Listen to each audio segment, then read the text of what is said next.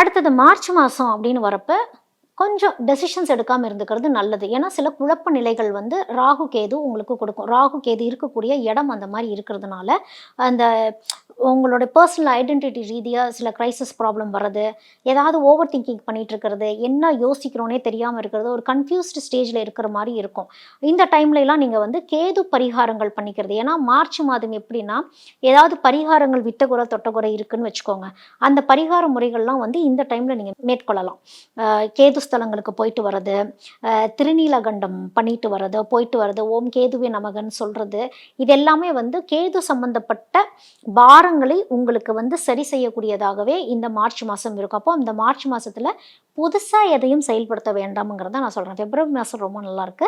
ஆரம்பிக்கணும்னா பிப்ரவரியில் ஆரம்பிச்சிடுங்க. மார்ச்சில் வந்து எதுவும் ஆல்ரெடி இருக்கிற விஷயங்களை நீங்கள் கண்டினியூ பண்ணிட்டு இருந்துக்கிறது நல்லது. இப்போ ஏப்ரல் 2026 அப்படிங்கிறப்போ கரெக்டாக குருவோடைய அனுகிரகம், குருவோடைய பிளெஸ்ஸிங்ஸுங்கிறது ரொம்ப ஸ்ட்ராங் ஆகுது கன்னிராசியில் இருக்கவங்களுக்கு. அப்போது இந்த ரியல் எஸ்டேட்லலாம் இருந்திருப்பீங்க, பணம் முடங்கி இருந்திருக்கும், திடீர்னு பார்த்தா பெரிய பண அமைப்பு வர்றது, அதே மாதிரி படிக்க போகணும்னு நினைக்கிறவங்க, அந்த ஹையர் ஸ்டடீஸ்க்காக வெளிநாடு போகணும்னு நினச்சவங்க, இல்லை பிடிச்ச காலேஜுக்கு எனக்கு சீட்டு கிடைக்குமா, அப்ளிகேஷன் போடுவானான்லாம் யோசிச்சுட்டு இருப்பீங்க இல்லையா?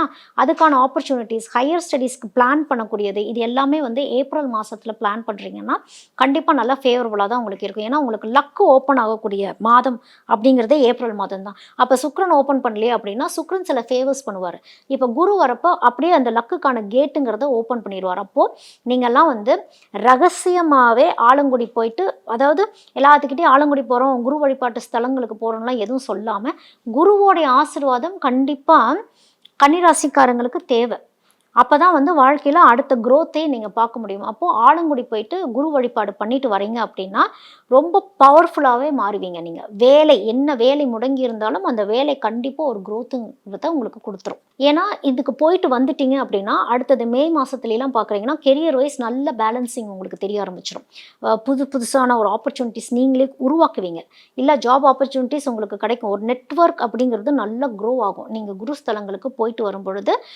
ஏன்னா இது புதனும் குருவும் சேர்ந்து அலைன் ஆகிறப்ப இது வேற லெவல் ஒரு க்ரோத்தாகவே வந்து உங்களுக்கு அமையும்.